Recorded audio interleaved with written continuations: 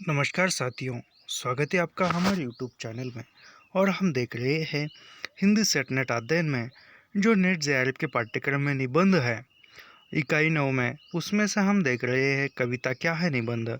और कविता क्या है निबंध में आज हम देखने वाले हैं कविता की भाषा किस प्रकार है। इससे पहले हमने जो देखा था वह था चमत्कारवाद, और आज कविता की भाषा क्या है यहाँ से आगे देखने वाले हैं। कविता में कविता में कही गई बात चित्र रूप में हमारे सामने आनी चाहिए, यह हम पहले कहाँ आए हैं। यानी कविता में जिस बात का वर्णन, जिस दृश्य का वर्णन किया है, वह दृश्य हमारे सामने चलचित्र के रूप में आना चाहिए। अंत उसमें गोचर रूपों का विधान अधिक होता है।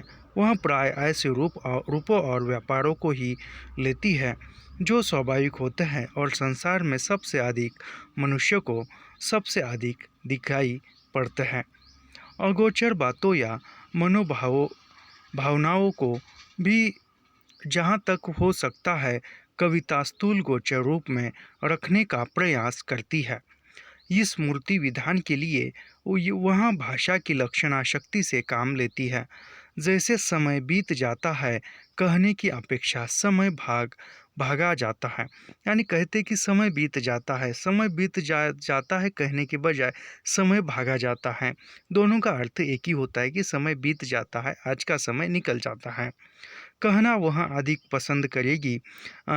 किसी काम से हाथ खींचना, किसी का रुपया खा जाना, कोई बात भी जाना, दिन ढलना या डूबना, मन मारना, मन छूना, शोभा बरसाना, उदासी टपकना इत्यादि ऐसी ही कभी कभी समय सिद्ध उक्तियां हैं जो बोलचाल में रूढ़ी होकर आ गई है। लक्षणा द्वारा स्पष्ट और सजीव आकार प्रदान का विधान प्राय सब देशों के कवि कर्म में पाया जाता है। कुछ उदाहरण देखिए। धन्य भूमि धन्य भूमि बन पंथ पहाड़ा, जहाँ जहाँ नात पाओ तुम धारा तुलसी। यानी इस तुलसी ने किस प्रकार काव्य भाषा का किया है। मनहु उमगी अंग अंग छवि छलके, तुलसीदास कहता है। चुनरी चारू चूरी चुनरी चारू चुई सीरे, बबन बबन बनन बनन पे बागन में बगरो बसंत है, पद्माकर कहता है। वृंदावन बागन पे बसंत बरसों पहले, यह भी पद्माकर की है। हो तो श्याम रंग में चौराए चित्त चौरा चोरी बोरत, तो बोरइयों में नियोजित बने नहीं, पद्माकर ही कहते हैं। ये हो नंदलाल ऐसी व्याकुल परी है बाल, हल ही चलो तो चलो जोरी जूरी जा गए। कहे पद्माकर नहीं तो यही यही झकोरे लगे, ओरो लो अचाका बीनू घोरे धुनी जाएगी, ते ही लगी चैन लो लो चेती न चंदमुखी, चेतेगी कहूँ तो चांदनी में चुरू जाएगी। इन उदाहरणों से स्पष्ट है कि वस्तु या तथ्य के पूर्ण प्रत्यक्षीकरण तथा भाव या मार्मिक अंतर्वृत्ति के अनुपयोग व्यंजना के लिए लक्षणा का बहुत कुछ सहारा कवि को लेना पड़ता है। भावना को मूर्त रूप में रखने की आवश्यकता के कारण कविता की भाषा में दूसरी विशेषता यह रहती है कि उसमें जाति वाले शब्दों की अपेक्षा विशेष रूप व्यापार सूचक शब्द अधिक रहता है। बहुत से ऐसे शब्द होते हैं जिससे किसी एक का नहीं बल्कि बहुत से रूपों का, व्यापारों का एक साथ चलता सा अर्थ ग्रहण हो जाता है। यानी बहुत से ऐसे शब्द होते हैं कि बहुत से शब्दों का एक जैसा अर्थ सामने आता है। ऐसे शब्दों को हम जाति संकेत कह सकते हैं। यानी बहुत से ऐसे शब्द होते हैं कि उस शब्दों से किसी जाति का संकेत होता है, ऐसे शब्दों को हम जाति संकेत कहते हैं। ये मूर्त विधान के प्रयोजन के नहीं होते। किसी ने कहा वहाँ बड़ा अत्याचार हो रहा है, यानी किसी ने कहा कि वहाँ बड़ा अत्याचार हो रहा है।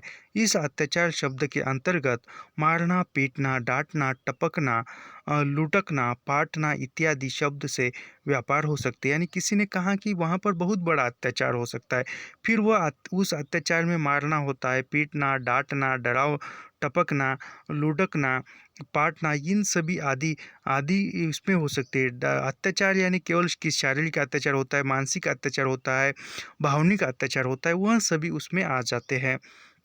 यानी एक ही अत्याचार शब्द से बहुत से बातें पता चलती है, जैसे कि मारना, पीटना, वैसे डांटना। अ,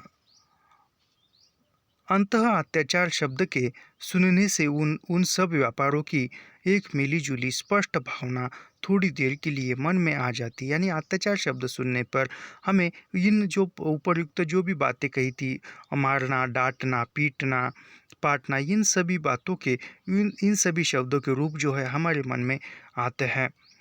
कुछ विशेष व्यापारों का स्पष्ट चित्र या मूर्त रूप नहीं खड़ा होता। इससे ऐसे शब्द कविता के उतने काम के नहीं।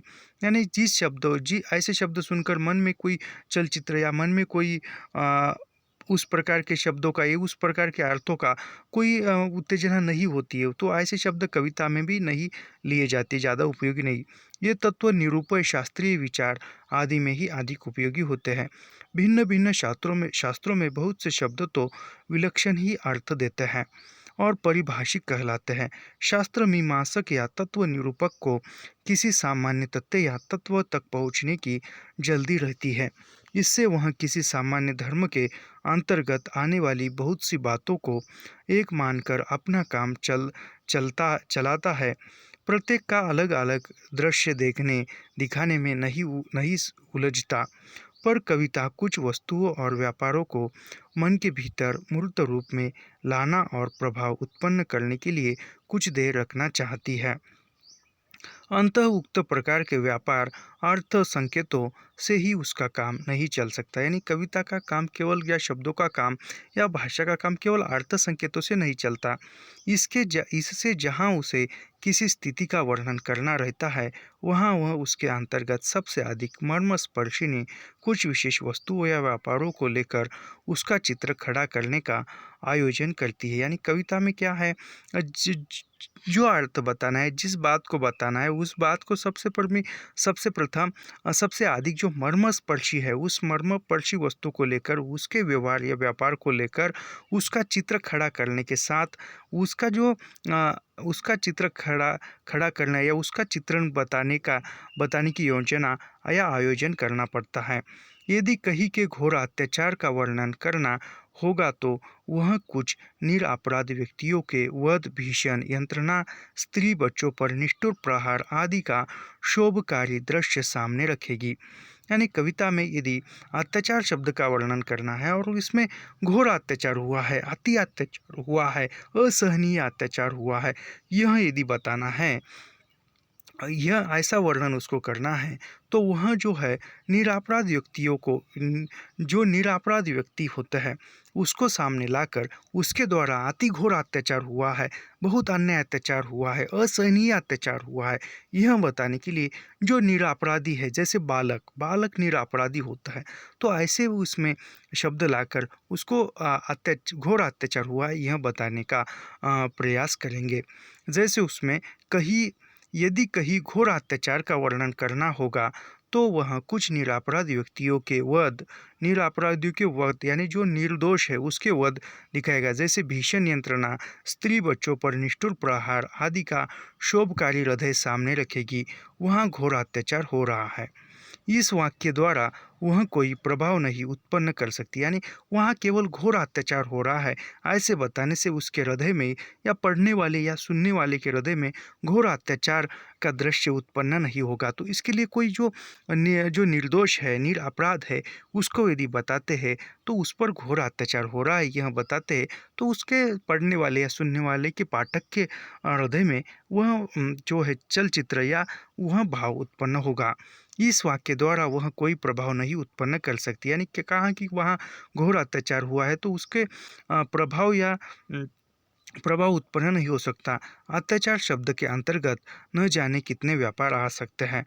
अंततः इसे सुनकर या पढ़कर संभव है कि भावना में एक भी व्यापार स्पष्ट रूप से न आए, या आए भी तो ऐसा जिसमें मर्म का शुद्ध रखने की करने की शक्ति न हो। यानी केवल अत्याचार कहने से, अत्याचार शब्द करने से हमारे सामने बहुत ऐसे व्यापार आते, बहुत ऐसे व्यवहार आते हैं जो ऐसे बहुत ऐसे व्यापार आते हैं या बहुत ऐसे व्यवहार सामने स्पष्ट रूप से दिखाई देते हैं या समझ में आते हैं बुद्धि में या हृदय में, तो वहाँ कोई एक अर्थ हम उसका न निकाल सकते। उपरोक्त विचार से ही किसी व्यवहार या शास्त्र के परिभाषिक शब्द भी काव्य में लाए जाने योग्य नहीं माने जाते। हमारे यहाँ के आचार्यों ने पारिभाषिक शब्दों के प्रयोग को अप्रतीत्व दोष माना है। यानी हमारे यहाँ के जो आचार्य है, काव्य शास्त्र के आचार्य, उन्होंने पारिभाषिक शब्दों के प्रयोग करते हुए अप्रतीत्व दोष माना है। पर दोष स्पष्ट होते हुए भी चमत्कार के प्रेमी कब मान सकते हैं? यानी दोष जो है, दोष स्पष्ट रूप से दिखाई दे रहा है, फिर भी वो चमत्कार के जो प्रेमी है, चमत्कारवाद को मानने वाले हैं, वह जो है चमत्कार को ही मान सकते हैं। संस्कृत के अनेक कवियों ने वेदांत, आयुर्वेद, न्याय के पारिभाषिक शब्दों को लेकर बड़े बड़े चमत्कार खड़े किए हैं। यानी जो संस्कृत के अनेक कवि हैं, संस्कृत के कवियों ने जो वेदांत शास्त्र है या आयुर्वेद शास्त्र है, उनसे उन्होंने पारिभाषिक शब्दों को लेकर बड़े बड़े चमत्कार खड़े किए हैं या बड़े बड़े चमत्कार बताए हैं, अपनी बहुज्ञता दिखाई, यानी अपना ज्ञान दिखाया है। हिंदी के किसी मुकदमेबाज एक मिनट हिंदी के किसी मुकदमेबाज कवित्व कहने वाले ने प्रेम प्रेम फौजदारी नाम की एक छोटी सी पुस्तक में श्रृंगार रस की बातें अदालती कार्रवाइयों पर घटाकर लिखी है। यानी हिंदी में मुकदमेबाजी कवित्व कहने वाले इसमें प्रेम फौजदारी नामक एक छोटी सी किताब लिखी है, और उस प्रेम फौजदारी नामक किताब में, प्रेम फौजदारी याद रखिए, हिंदी के किसी मुकदमेबाजी कवित्व में अपनी बहुगीत यानी कहने वाले में प्रेम फौजदारी, यानी हिंदी के मुकदमेबाजी कवित्व कहने वाले ने प्रेम फौजदारी नामक एक छोटी सी किताब पुस्तक में श्रृंगार रस की बातें अदालती कार्रवाइयों पर घटाकर लिखी गई है। ये याद रखिए। एक तरफा डिग्री, तनकीह, ऐसे ऐसे शब्द चारों ओर अपनी बाहर दिखा रहे हैं, जिन्हें सुनकर कुछ अशिक्षित या भद्दी रुचि वाले वाह भी कर सकते हैं।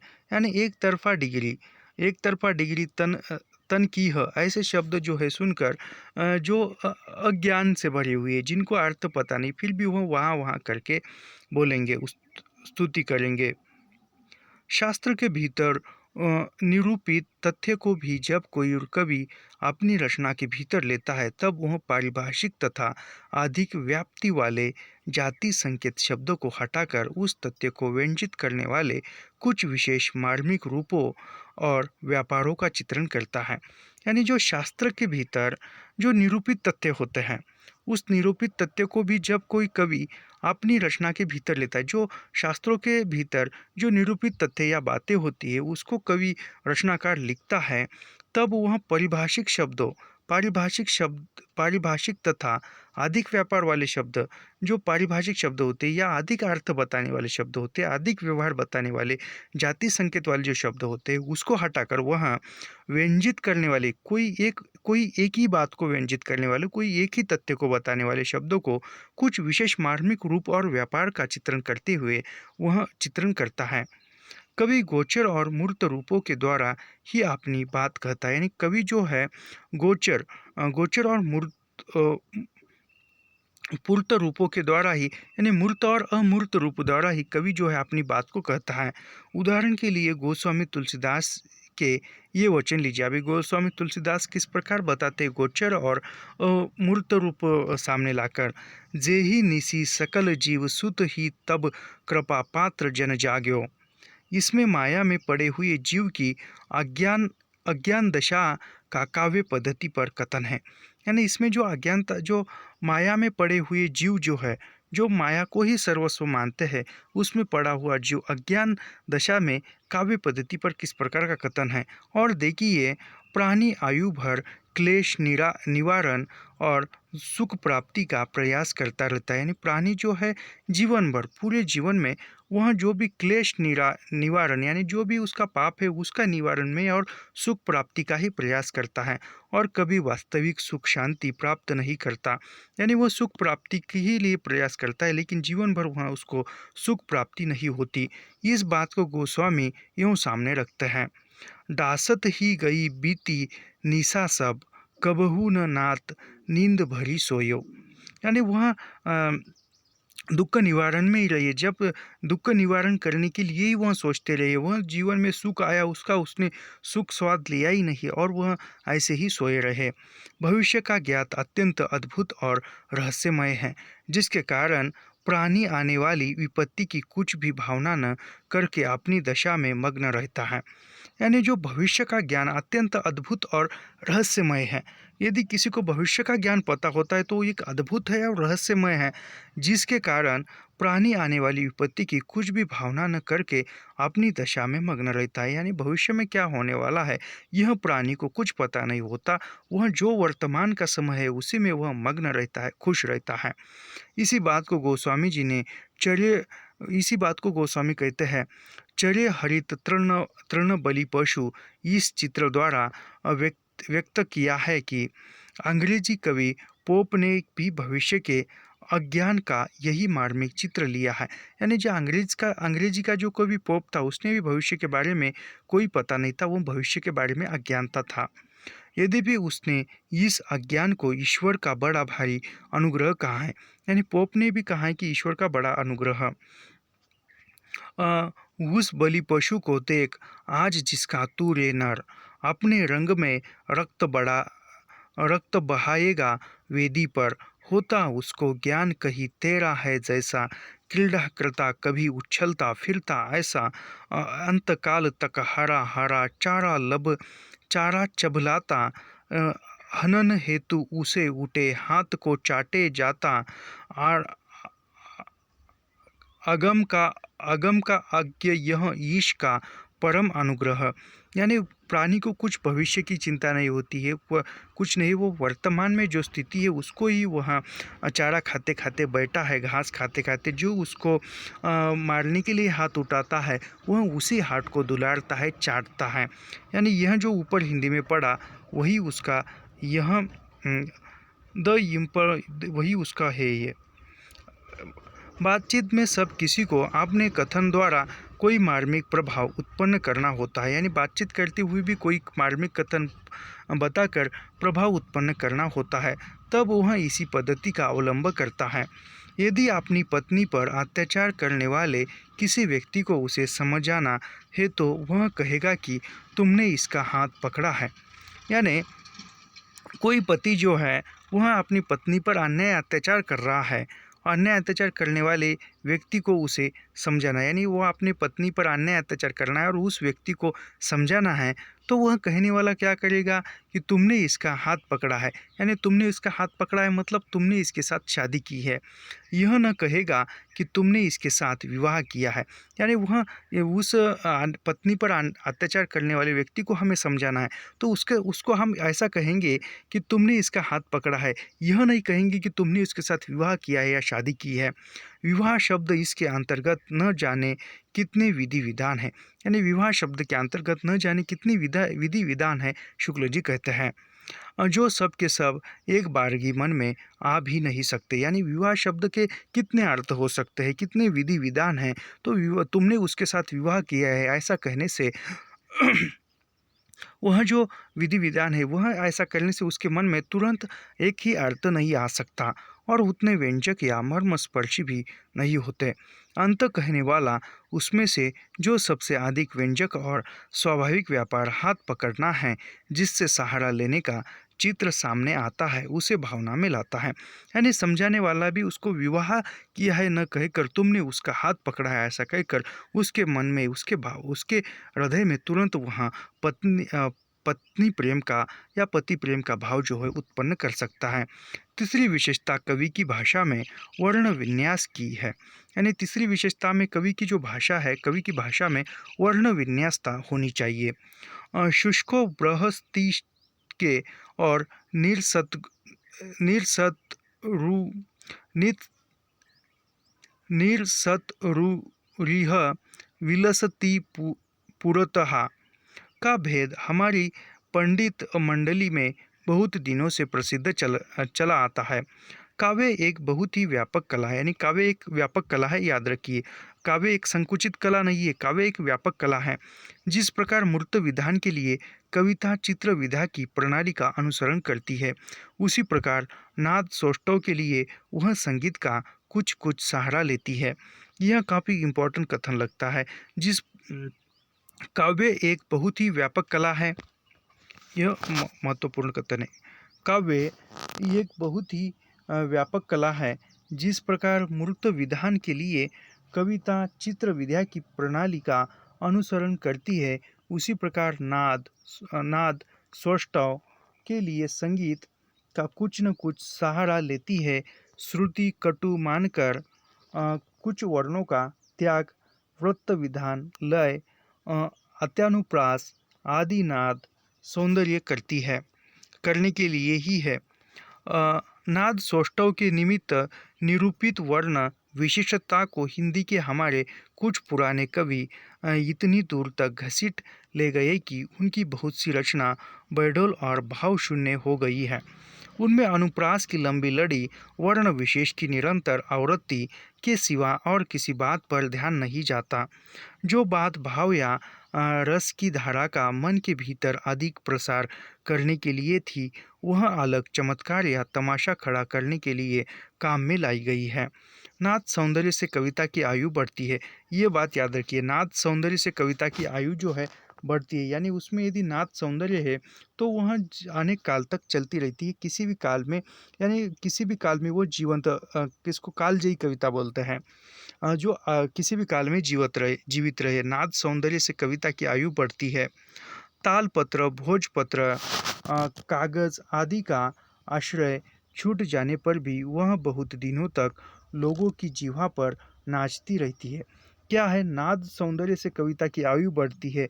जो जिस पर वह लिखी हुई, तालपत्र पर हो, भोजपत्र पर हो, कागज पर हो, जिस पर वह लिखित है, वह लिखी हुई सामग्री यदि मिट जाए, फिर भी वह लोगों के जो पाठक है उसको वह पाठकगण है, उस पाठकगण जो है, जैसे उस पाठकगण जो है उसको याद रखेंगे, मुखरगत किया होता है, सुन सुनकर वह उसको बार बार दोहराते रहेंगे।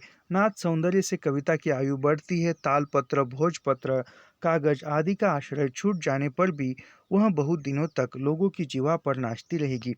यानी वह नाद, जिस कविता में, जिस रचना में नाद सौंदर्य होता है, यदि वह लिखी हुई रचना है मिट जाएगी, जैसे तालपत्र नष्ट हो जाएगा, भोजपत्र नष्ट हो जाएगा, कागज है वह कालांतर में नष्ट हो जाएगा, लेकिन फिर भी वह लिखित तरह से सामग्री नष्ट हो जाएगी, फिर भी वह कविता जो है या रचना जो है उसमें नाद सौंदर्य होने के कारण लोगों को मुखगत है, मस्तिष्क में, स्मृति में याद है, और वह कभी भी उसके मन मस्तिष्क में रह सकती है और कभी भी वह कोई भी गा सकता है।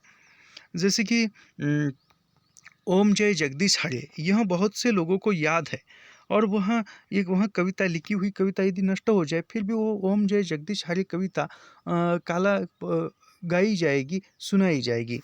बहुत सी उक्तियों को लोग उनके अर्थ की रमणीयता इत्यादि की ओर ध्यान ले जाने का कष्ट उठाएंगे, बिना ही प्रसन्न चित्त रहने पर गुनगुनाया करते हैं। यानी उसका चित्त, यानी उसके जहन में रहेगा या स्मृति में रहेगी, जब अवसर आएगा तब वह गुनगुनाएंगे, जब चित्त प्रसन्न रहने पर गुनगुनाया करते हैं। अंतःनाद सौंदर्य का योग भी कविता का पूर्ण स्वरूप खड़ा करने के लिए कुछ न कुछ आवश्यक होता है। यानी जो यहाँ पर जो अंतःनाद होता है, अंतःनाद सौंदर्य का योग भी कविता का पूर्ण स्वरूप खड़ा करने के लिए कुछ न कुछ आवश्यक होता है। यानी जिस कविता में अंतःनाद होता है, नाद सौंदर्य होता है, वह कविता जो वह नाद नाद सौंदर्य जो है कविता का जो पूर्ण स्वरूप है वह खड़ा करने के लिए आवश्यक होता है। इसे हम बिल्कुल हटा नहीं सकते। जो अंत्यानुप्रास को फालतू समझते हैं वे छंद को पकड़े रहते हैं। यानी जो अंत्यानुप्रास अलंकार को फालतू समझते हैं या अंत्यानुप्रास कोई कुछ होता ही नहीं है ऐसा मानते हैं, वह छंद को पकड़े रहते हैं। यानी वह छंद के समर्थक होते हैं। जो छंद को भी फालतू समझते हैं वे लय में ही लीन होते हैं। यानी जो छंद को फालतू समझते हैं या छंद को मानते नहीं है, वह केवल कविता के लय या ताल पर ही या लय नाद ताल पर ही ध्यान देते हैं। संस्कृत के संबंध रखने वाली भाषाओं में नाद सौंदर्य के समावेश के लिए बहुत अवकाश रहता है। यानी संस्कृत भाषा में जो संस्कृत भाषा से जो संबंध रखने वाली भाषा थे उसमें नाद सौंदर्य के समावेश के लिए बहुत अवकाश रहता है। अंग्रेजी आदि अन्य भाषाओं की देखा देखी जिसमें इसके लिए कम जगह है, अपनी कविता को हम विशेषता से वंचित कैसे कर सकते हैं। हमारी काव्य भाषा में एक चौथी विशेषता भी है जो संस्कृत से ही आई है। यानी हमारी हिंदी भाषा में एक चौथी विशेषता है जो संस्कृत से आई है। वह है कहीं कहीं व्यक्तियों के नामों के स्थान पर उनके रूप गुण का कार्यबोधक शब्दों का व्यवहार किया जाता है। यानी हमारी एक मिनट यानी हमारी हिंदी भाषा में कविता की चौथी विशेषता, काव्य भाषा की चौथी विशेषता क्या है? जो ये है कि किसी व्यक्ति का नाम न बताकर, किसी व्यक्ति के स्थान पर उस व्यक्ति का नाम न बताकर उस व्यक्ति के रूपों का, गुणों का, उनके कार्यबोधक का चित्रण करना या व्यवहार का चित्रण करना, यह हिंदी में आई हुई काव्य भाषा की चौथी विशेषता है। ऊपर से देखने में तो पद्य के नपे हुए चरणों में शब्द खपाने के लिए ही ऐसा लिया जाता है, पर थोड़ा विचार करने पर इससे गुरुतर उद्देश्य प्रकट होता है। यानी ऐसे सहज हम देखते हैं तो ऐसे शब्द का जिस पर व्यक्ति के गुण रंग रूप का वर्णन किया हुआ है, तो ऐसे देखने पर पता चलता है कि वह केवल शब्द बढ़ाने के लिए लिखे हैं, लेकिन जब उस पर विचार करते हैं तो उसका जो है गुण रूप है वह हमें दिखाई देता है, उसका उद्देश्य क्या है यह दिखाई देता है। सच पूछिए तो यह बात कृत्रिमता बचाने के लिए ही की जाती है। यानी जहाँ पर व्यक्ति का स्थान आता है, वो व्यक्ति का नाम न बताकर उसके गुण दोष बताए जाते हैं या उसका रूप का वर्णन किया जाता है, वहाँ पर जो है जिसके कविता में कृत्रिमता, जहाँ पर कविता में कृत्रिमता बचाने के लिए ऐसा किया जाता है, यानी नेचुरली कविता हो। मनुष्य के नाम यथार्थ में कृत्रिम संकेत है। यानी मनुष्य के नाम यथार्थ में कृत्रिम संकेत है, जिसमें कविता की पूर्ण परिपोपकता नहीं होती। यह जो है स्थापना और तर्क में पूछा जा सकता है। मनुष्य के नाम यथार्थ में कृत्रिम संकेत है, यह स्थापना में दिएगा और तर्क में क्या दिया जाएगा, जिससे कविता की पूर्ण परिपक्वता नहीं होता। यह जो है स्थापना और तर्क में दिया जाएगा, तो स्थापना और तर्क दोनों सही होगा। अंततः यह कवि मनुष्य के नामों के स्थान पर कभी कभी उसके ऐसे रूप, गुण या व्यापार की ओर इशारा करता है जो स्वाभाविक और अर्थगर्भित होने के कारण सुनने वाले की भावना के निर्माण में योग देते हैं। यानी जो एक कवि जो है जो मनुष्य के नाम न देकर उस मनुष्य के नामों के स्थान पर कभी कभी उनके रूप का, उनके गुण का, उनके व्यापार का, उनके व्यवहार का इशारा करता है, वह शब्द बताता है जो कि पाठक के मन में वह भावना, वह अर्थगर्भित होने के कारण सुनने वाले की भावना निर्माण हो सके या सहृदय भाव उत्पन्न हो सके। गिरिधर मुरारी, त्रिपुरारी, दीनबंधु, चक्रपाणी, मुरलीधर, सव्यसाची इत्यादि शब्द ऐसे ही है।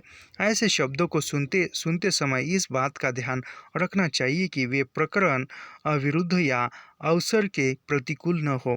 जैसे यदि कोई मनुष्य किसी दुर्दशा अत्याचारी के हाथ से छुटकारा पाना चाहता है तो उसके लिए हे गोपीकार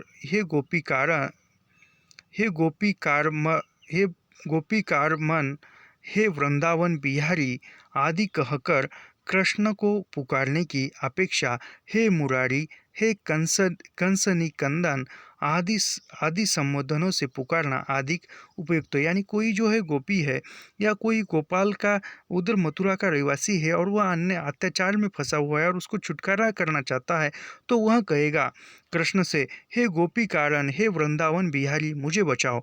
इससे बेहतर है कि वह ऐसा करे, हे मुरारी, कंस निकंदन आदि ऐसे करके पुकारता है, तो उसमें एक रोचकता आ जाती है। क्योंकि श्री कृष्ण के द्वारा कंस आदि दुष्टों का मारा जाना देखकर उसने अपनी रक्षा की आशा होती है। यानी कृष्ण जो है कंसों को या आदि जो बुरी शक्तियों को मारने वाला है, ऐसे करने से जो है कृष्ण हमारी रक्षा करेगा, यह आशा मन में उत्पन्न हो जाएगी, न कि उसका वृंदावन में गोपियों के साथ विवाह करना देखकर। यानी मुझे बचाने के लिए, हे कृष्ण तुम मुझे बचाने के लिए आओ, ऐसा यदि हम कहते, ऐसा कहने के लिए हम वो गोपियों के साथ जो कृष्ण खेल रहे हैं उन कृष्ण को हम पुकारेंगे, तो वह हमारी रक्षा किस प्रकार करेगा। इसके साथ ही हम यदि वहाँ जो कंस को मारने वाले कृष्ण को हम पुकारते हैं या अन्याय का विरोध करने वाले कृष्ण को पुकारते हैं, तो हमें पता चलता है कि वह हम पर जो विपत्ति है उससे हमें बचा लेगा। इसी तरह किसी आपत्ति से उद्धार पाने के लिए कृष्ण को मुरलीधर कहकर पुकारने की अपेक्षा गिरिधर कहना अधिक अर्थसंगत है।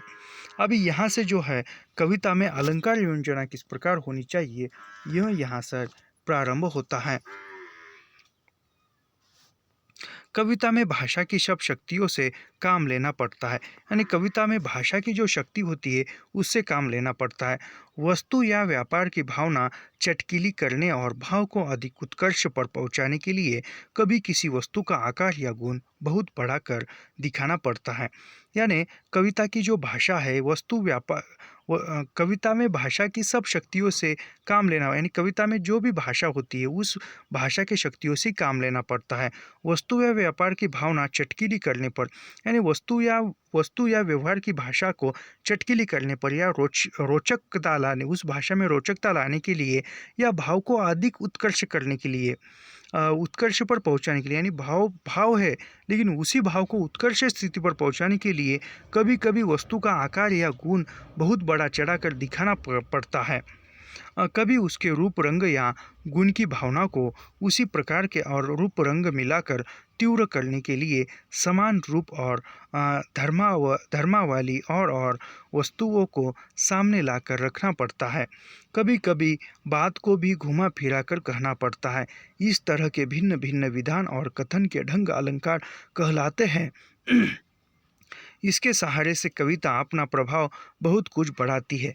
कहीं कहीं तो इसके बिना काम ही नहीं चल सकता। यानी अलंकार कविता में आवश्यक है। पर साथ ही यह भी स्पष्ट है कि साधन है साध्य नहीं।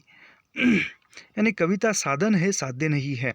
साध्य को भुलाकर इन्हीं को साध्य मान लेने से कविता का रूप कभी कभी इतना विकृत हो जाता है कि वह कविता ही नहीं रह जाती। यानी कविता को कभी कभी कविता को साध्य को भुलाकर साध्य मान लिया जाता है, तब जो है कविता का जो रूप है विकृत हो जाता है और वह कविता का रूप कविता नहीं रह जाती है।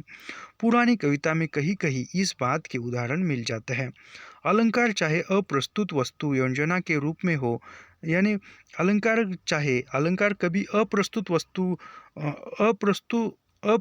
वस्तु के योजना के रूप में होता है, जैसे उपमा, रूपक, उत्प्रेक्षा आदि। यानी उपमा, रूपक, उत्प्रेक्षा यह जो है अप्रस्तुत वस्तु के रूप में, अप्रस्तुत योजना के रूप में होता है। चाहे वाक्य वक्रता के रूप में, जैसे अप्रस्तुत प्रशंसा, परिसंख्या, व्याज, वस्तु, विरोध इत्यादि में, चाहे वर्ण विन्यास के रूप में, जैसे अनुप्रास में लाए जाते हैं, ये प्रस्तुत भाव या भावना के उत्कृष्ट साधन के लिए ही मूर्ख के वर्णन में जो कमल कमल चंद्र आदि सामने रखे जाते हैं, वह इसलिए इसमें वर्ण रुचिता, कोमलता, दीप्ति इत्यादि के योग से सौंदर्य की भावना और बढ़े। यानी जो मूर्ख का वर्णन करते हुए कमल, चंद्र, इन शब्दों का भरमार किया जाता है, तो उसमें जो है सौंदर्य भावना की भरमार हो, सौंदर्य भावना बढ़े, इसलिए वह उन शब्दों का वर्णन किया जाता है। सादृश्य या साधर्म्य दिखाना, उपमा, उत्प्रेक्षा इत्यादि का प्रकृत लक्ष्य नहीं है। यानी सादृश्य या साधर्म दिखाना, उपमा, उत्प्रेक्षा इत्यादि का, यानी उपमा अलंकार, उत्प्रेक्षा अलंकार का जो लक्ष्य है, प्रकृत लक्ष्य नहीं, कौन सा नहीं है? सादृश्य को दिखाना या साध्य धर्म को दिखाना, यह उपमा अलंकार का या उत्प्रेक्षा अलंकार का प्रकृत लक्ष्य नहीं होता। इस बात को भूलकर कवि परंपरा में बहुत से ऐसे उपमान चला दिए गए हैं जो प्रस्तुत भावना में असहायता पहुंचाने के स्थान पर बाधा डालते हैं। जैसे नायिका का अंग वर्णन सौंदर्य की भावना प्रतिष्ठित करने के लिए ही किया जाता है, ऐसे वर्णन में यदि कटी का प्रसंग आने पर भीड़ या सिंह की कमर सामने कर दी जाएगी तो सौंदर्य की भावना में क्या वृद्धि होगी। प्रभात के सूर्य बिंब के संबंध में इसी कथन से ही हे शोषित कलित कलाप, यह कील कला कापालित काल को अथवा शिखर की तरह उठे हुए मेघखंड के ऊपर उद्दीट होते हुए चंद्रबिंब के संबंध में इसी उक्ति से मनहु क्रेमल कपीट पे धरियो गोल घटा लसत, दूर की सूझ चाहे प्रकट हो, पर प्रस्तुत सौंदर्य की भावना की कुछ भी पुष्टि नहीं होती। पर जो लोग चमत्कार ही को काव्य का स्वरूप मानते हैं, वे अलंकार को काव्य का सर्वस्व कहा ही चाहे चंद्रलोकाकार को कहते हैं कि, यानी जो लोग चमत्कार ही काव्य का स्वरूप मानते हैं, यानी जो लोग चमत्कार को काव्य का स्वरूप मानते हैं, वे अलंकार को काव्य का वर्चस्व सर्वस्व कहा ही चाहे। यानी वह जो लोग चमत्कार को काव्य का स्वरूप मानते हैं, वह अलंकार को काव्य का स्वरूप कैसे मान सकते हैं? मान नहीं सकते। तो इस पर वह लोकाकार जो कवि है, वह कहते हैं, अंगी करो चित्तः काव्य शब्दार्थ लंकृति, असो न मन्नते कसाद मश्रुते अलंकृति। भरत मुनि ने रस की प्रधानता की ओर ही संकेत किया था। यानी भरत मुनि ने रस की प्रधानता की ओर संकेत किया था, पर भामह, उद्भट आदि कुछ प्राचीन आचार्यों ने वैचित्र्य का पल्ला पकड़ अलंकारों को प्रधानता दी। यानी यह कथन परीक्षा में पूछा हुआ है। कौन से परीक्षा में पूछा हुआ है और किस साल में पूछा है, यह तो मुझे याद नहीं आ रहा है, लेकिन मैंने जब PYQ क्वेश्चन देखे तो यह जो है कथन पूछा गया है। भरत मुनि ने रस की प्रधानता की ओर ही संकेत किया था, पर भामह, उद्भट आदि कुछ प्राचीन आचार्यों ने वैचित्र्य का पल्ला पकड़ अलंकारों को प्रधानता दी। यह किस विद्वान का कथन है, ऐसा पूछा था, तो यह रामचंद्र शुक्ल का कथन है, याद रखिए। इसमें बहुतेरे आचार्यों ने अलंकार शब्द का प्रयोग व्यापक अर्थ में, यानी बहुत से आचार्यों ने जो है अलंकार शब्दों का प्रयोग जो है व्यापक अर्थ में किया है, विस्तृत रूप से रस, रीति, गुण आदि काव्य में प्रयुक्त होने वाली सारी सामग्री के अर्थ में किया है। यानी विस्तृत रूप में कहाँ पर किया है? विस्तृत रूप यानी रस में किया है, अलंकार का रस में किया है, रीति में किया है, गुण, इन सभी काव्य में प्रयुक्त होने वाली सामग्री के अर्थ में किया है। पर जो शास्त्रीय विचार गंभीर और सूक्ष्म होता गया, त्यो साध्य और साधनों को विभक्त करके काव्य के नित्य स्वरूप या मर्म शरीर को अलग निकालने का प्रयास बढ़ता गया।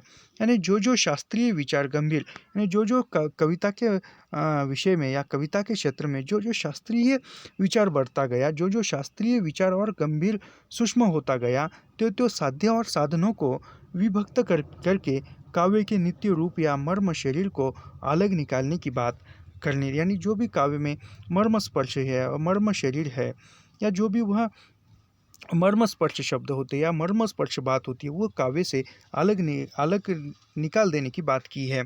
रुद्रट और मम्मट के समय से ही काव्य का प्रकृत स्वरूप उभरते उभरते विश्वनाथ महापात्र के साहित्य दर्पण में साफ उभर आया है। प्राचीन प्राचीन गड़बड़ छाला मिटे बहुत दिन हो गए, यानी प्राचीन की जो गड़बड़ छाला है, प्राचीन में जो भी ये झुंझलाहट थी वह मिट चुकी है। वर्ण्य वस्तु और वर्णन प्रणाली बहुत दिनों से एक दूसरे से अलग कर दी गई है। यानी वर्ण्य वस्तु है, जा जिस वस्तु का वर्णन करना है या उस वस्तु का जिस वस्तु का वर्णन करना है और उस वर्णन करने की पद्धति जो थी, उस पद्धति को बहुत दिनों से एक दूसरे से अलग किया है। यानी वर्ण वस्तु को और वर्णन प्रणाली को अलग किया है। प्रस्तुत अप्रस्तुत के भेद ने बहुत सी बातों के विचार और निर्णय के सीधे रास्ते खोल दिए हैं। यानी जहाँ पर प्रस्तुत और अप्रस्तुत के भेद जो है वह बहुत सी बातों के विचार और निर्णय के लिए रास्ते खोल दिए गए हैं। अब यह स्पष्ट हो गया है कि अलंकार प्रस्तुत या वर्ण्य वस्तु नहीं, बल्कि वर्णन की भिन्न भिन्न प्रणालियाँ है। एक मिनट।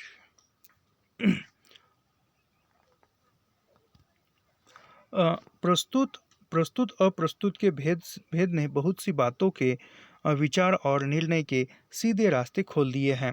अब यह स्पष्ट हो गया है कि अलंकार प्रस्तुत या वर्ण्य वस्तु नहीं। यानी यहाँ पर देखिए यह कितना इम्पोर्टेंट कथन है और ये परीक्षा में पूछे जाने योग्य है। अब यह स्पष्ट हो गया है कि अलंकार प्रस्तुत या वर्ण्य वस्तु नहीं, यानी अलंकार केवल प्रस्तुत वस्तु या वर्ण विषय नहीं है, बल्कि वर्णन की भिन्न भिन्न प्रणालियाँ, यानी अलंकार क्या है, वर्णन करने की भिन्न भिन्न प्रणालियाँ है। जैसे कि कहा जाए तो जैसे एक स्त्री जो है अपने मुख पर मेकअप करेगी या जो भी सोने के अलंकार प्रदान करेगी तो उसका सौंदर्य जो है वह निखर और सुंदर दिखेगा। उसी प्रकार कविता में अलंकार का प्रयोग करने से कविता जो है लगेगी, दिखेगी नहीं, लगेगी पढ़ने में या सुनने में। तो उसी प्रकार जो है अलंकार यानी प्रस्तुत वर्ण विषय नहीं है, बल्कि उसका वर्णन कर भिन्न भिन्न प्रणालियों का वर्णन करने का पद्धति यानी अलंकार है। कहने के खास ढंग है, यानी अलंकार क्या है, उस भिन्न भिन्न प्रणाली वर्णन करने की प्रणाली कहने का खास ढंग है। पर प्राचीन अव्यवस्था के स्मारक स्वरूप कुछ अलंकार ऐसे चले आ रहे हैं जो वर्ण वस्तु का निर्दोष करते हैं और अलंकार नहीं कहे जा सकते। ऐसे स्वभावोक्ति उदात्त अयुक्त स्वभावोक्ति को लेकर कुछ अलंकार प्रेमी कह बैठते हैं कि प्रकृति का वर्णन भी तो स्वाभाविक अलंकार ही है। यानी कुछ जो है अलंकार प्रेमी या अलंकार का समर्थन करने वाले कहते हैं कि प्रकृति का वर्णन ही अलंकार है। पर स्वाभाविक अलंकार कोटि में आ ही नहीं सकती। यानी स्वाभाविक व्यक्ति जो है स्वाभाविक व्यक्ति जो है वह अलंकार की कोटि में या अलंकार की सूत्र में नहीं आती। अलंकार वर्णन करने की प्रणाली है, यानी अलंकार वर्णन करने की एक प्रणाली है, वह स्वाभाविक नहीं आती। चाहे जिस वस्तु या तथ्य के कथन को हम किसी अलंकार प्रणाली के अंतर्गत ला सकते हैं, किसी वस्तु विशेष से किसी अलंकार प्रणाली का संबंध नहीं हो सकता, किसी तथ्य तक वह परिमित नहीं रह जाती। वस्तु निर्देश अलंकार का काम नहीं रस व्यवस्था का विषय है। किन किन वस्तुओं को, चेष्टाओं को, व्यापार का वर्णन किन किन। एक मिनट, यहाँ पर कितना 42 मिनट का हुआ है और मैं 1 मिनट देखता हूँ कितना बचा है। तो ज़्यादा हुआ था तो मेरे ख्याल से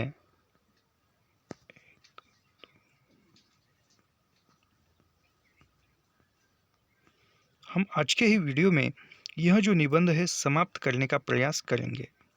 हम कहाँ पर थे? स्वभावोक्ति उदात्त अतिर स्वभावोक्ति को लेकर यही पर थे।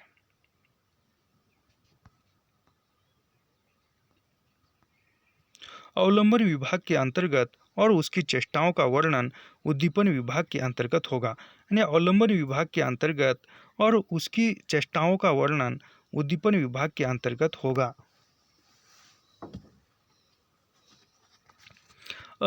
प्रस्तुत वस्तु की रूप क्रिया आदि के वर्णन को रस क्षेत्र से घसीटकर अलंकार क्षेत्र में हम कभी नहीं ले जा सकते। मम्मट ही के ढंग के और आचार्यों के लक्षण भी अलंकार वर्चस्व का राजानक रूपयक कहते हैं। सूक्ष्म वस्तु स्वभाव यथा वर्णन स्वभावोक्ति, यानी जो है सूक्ष्म वर्णन यदि करना है तो वह शोभावक्ति नहीं है। आचार्य दंडी ने अवस्था की योजना करके यह लक्षण दिखा दिए है। यानी आचार्य दंडी ने अवस्था की योजना करते हुए, अवस्था को बताते हुए उन्होंने नाना बताया है। नाना वस्ते पदार्थाना साक्षाद्विवर्तीय स्वभावक्तिशय जातिश्चता सा साल करती है।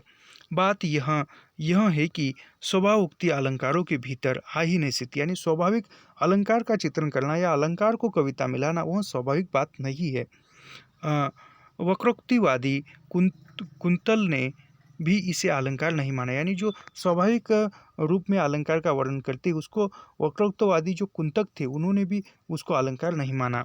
जिस प्रकार एक कुरूपा स्त्री अलंकार लाद कर सुंदर नहीं हो सकती, उसी प्रकार प्रस्तुत वस्तु या तथ्य की रमणीयता के लिए अभाव में अलंकारों का ढेर काव्य का सजीव स्वरूप नहीं खड़ा कर सकता। यानी जिस प्रकार कोई सुंदर नहीं है, वह कुरूप है, वह चाहे कितना ही मेकअप करे, कितना ही अलंकार प्रदान क्यों ना करे, कितना ही वह क्रीम पाउडर लगाए, वह सुंदर नहीं दिख सकता।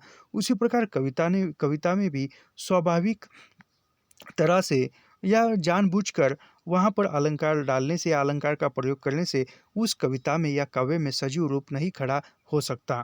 केशवदास के 2500 पद्य ऐसे रखे जा सकते हैं जिनमें यहाँ से वहाँ तक उपमाएँ और उत्प्रेक्षाएँ भरी। यानी केशवदास के ग्रंथों में बहुत सारी उपमाएँ हैं, उपमाएँ या बहुत सारे अलंकारों का उपमाएँ उत्प्रेक्षाएँ अलंकार भरे पड़े हैं।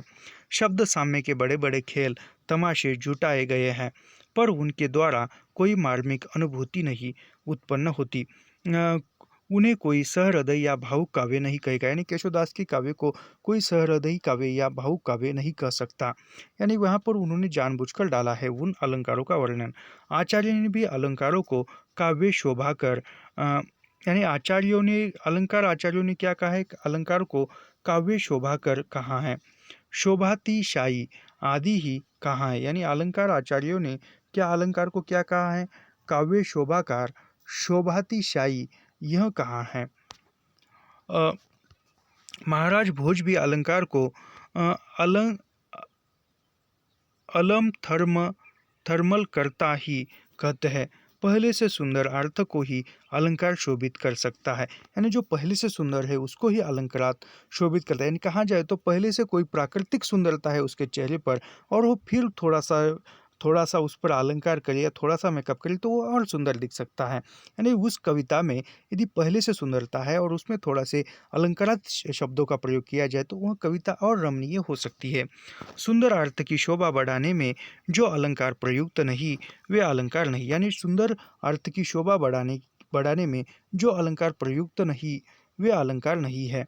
वे ऐसे ही है जैसे शरीर पर से उतारकर किसी अलग कोने में रखा हुआ गहनों का ढेर। यानी वो शरीर से उतारकर यदि हम कोई कुछ गहने हैं वह एक अलमारी में रखते हैं तो उसका जब उस अलंकारों का महत्व शरीर से उतार कर रखते हैं तो उसका महत्व क्या रह जाएगा। उसी प्रकार जो जानबूझकर कविता में अलंकार लाया जाता है उसी प्रकार उस रखे हुए गहनों के बराबर ही उसका महत्व है। किसी भाव या मार्मिक भावना से अस्पष्ट अलंकार चमत्कार या तमाशे है। चमत्कार का विवेचन पहले हो चुका है। अलंकार है क्या?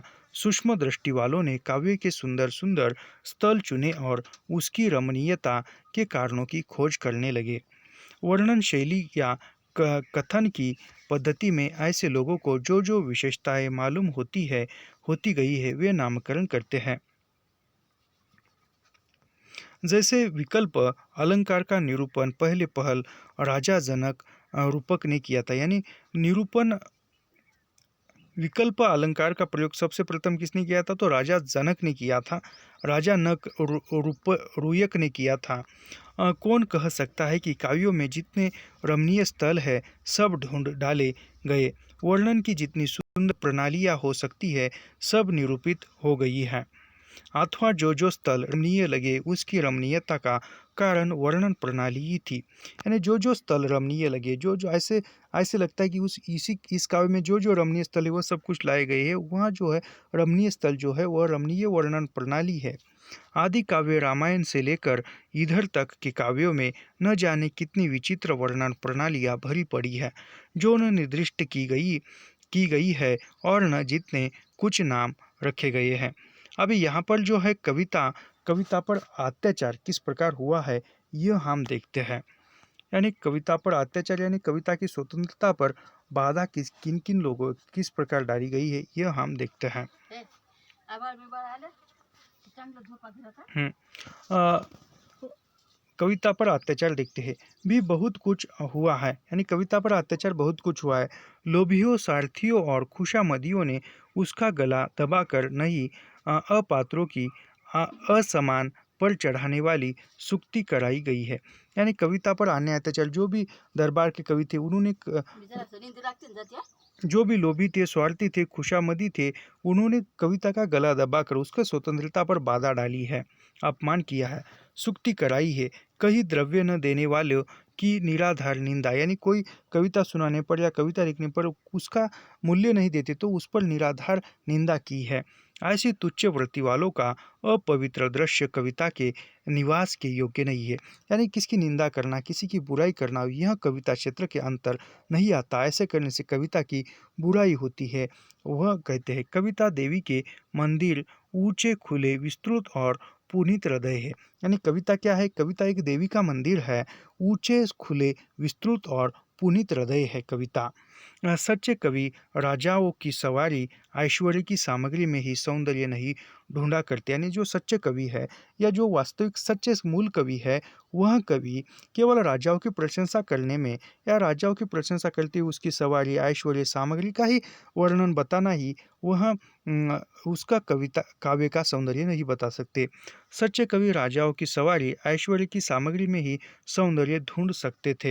यानी सच्चे जो कवि है वे फूस के भोकड़ों वे भूस के वह फूस के झोपड़ों, धूल मिट्टी में सने किसानों, बच्चों के मुंह में चारा डालते हुए पंछियों, दौड़ते हुए कुत्ते और चोरी करती हुई बिल्लियों में कभी कभी ऐसे सौंदर्य का दर्शन करते। यानी सच्चे कवि केवल राजाओं की प्रशंसा या राजा के सौंदर्य में ही सौंदर्य नहीं दिखते थे। जो सच्चे कवि होते हैं वह तो है बच्चे है, किसान है, मजदूर वर्ग है, जो घास की झोपड़ी है, वो कुत्ते है, बिल्ली है, चोरी करता चोर है, जो बिल्ली जो है चोरी से दूध पीती हुई, इन सभी में सौंदर्य खोजता है, सौंदर्य दर्शन करता है।